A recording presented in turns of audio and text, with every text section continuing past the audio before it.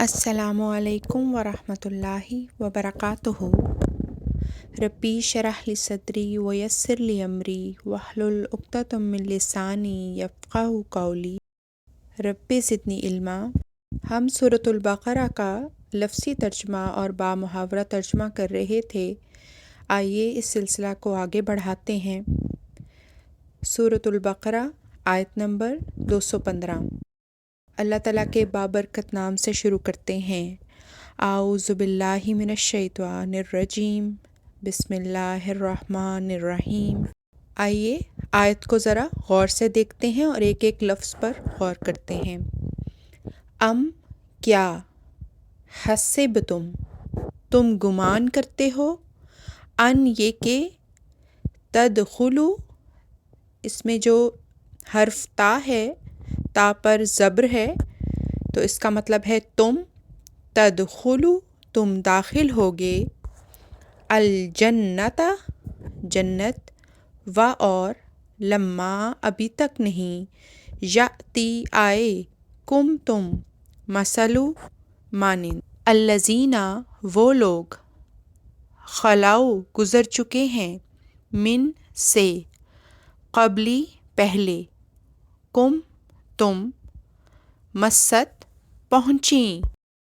ہم ان کو، البأساء سختی، و اور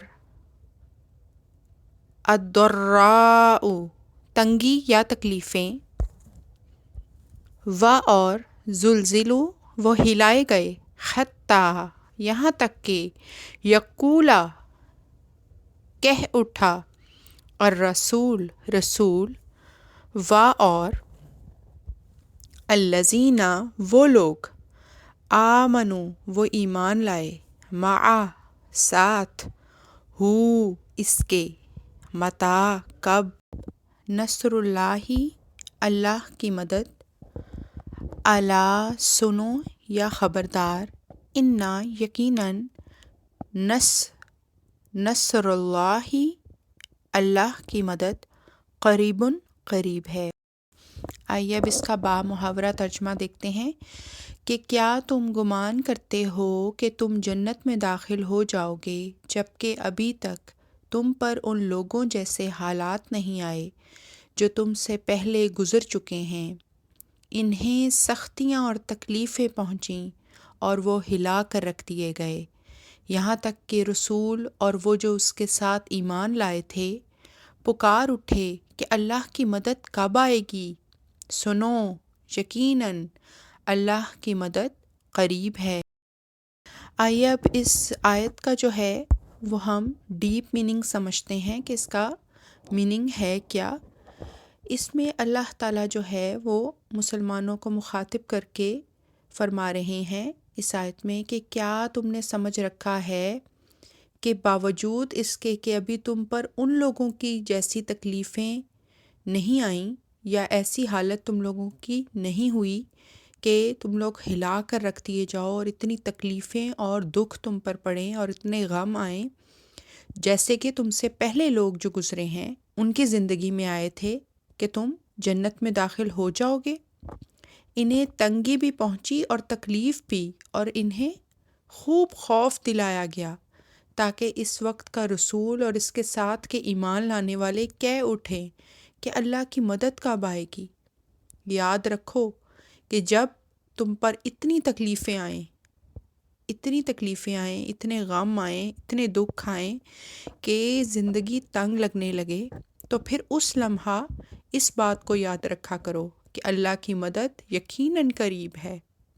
اور اس میں جو ہے وہ مسلمانوں کے لیے ایک طریقے سے امید دلائی جا رہی ہے کہ حالات چاہے کیسے بھی ہوں، مشکل ہوں یا اس قدر تکلیف دہ ہوں کہ انسان کو لگے کہ انسان کی زندگی اب گزر ہی نہیں سکتی، اور وہ ایک طریقے سے اللہ پر توکل کھونے لگتا ہے، جب ایسی اگر حالت انسان کے اوپر آ جائے تو پھر اس کو اسی وقت اللہ کی جو ہے وہ امید کو پکڑنا چاہیے اور اللہ پر توکل کرتے ہوئے یہ سوچنا چاہیے کہ بس اب اللہ کی مدد قریب ہے۔ اس آیت میں ہمیں یہ یقین دلایا جا رہا ہے کہ اگر تم جنت کی خواہش کرتے ہو، اگر تم جنت کے خواب دیکھتے ہو، جب تم جنت کی خوشخبری اس قرآن میں پڑھتے ہو، تو پھر اس بات پر بھی ایمان رکھو کہ جنت مفت میں نہیں ملتی، جو ہے جنت کمانی پڑتی ہے، اور اس دنیا میں ہم بھیجے ہی اس لیے گئے ہیں کہ ہم اس جنت کو کما سکیں جو ہمیں آخرت میں ملے گی انشاءاللہ تعالی العزیز۔ تو اللہ پر توکل کرتے ہوئے جب دکھوں اور تکلیفوں میں انسان گھیر لیا جاتا ہے، جب اس کو کوئی راستہ نظر نہیں آتا، تو اس کو پھر اللہ تعالیٰ کی ہستی پر یقین کرنا چاہیے، اور اس کو یہ یاد رکھنا چاہیے کہ اللہ کی مدد جو ہے وہ قریب ہے، اور اللہ ہی مدد کرنے والا ہے۔ اللہ اتنا ہمت اور حوصلہ دینے والا ہے انسان کو کہ وہ اس دنیا کے دکھ اور تکلیفوں کو برداشت کر سکے، اور ایسے حالات میں صبر کر سکے اور اللہ پر توکل کر سکے، اسی کا بدلہ جنت ہے۔ تو اللہ تعالیٰ فرما رہا ہے کہ تم نے کیا مذاق سمجھ رکھا ہے جنت کو،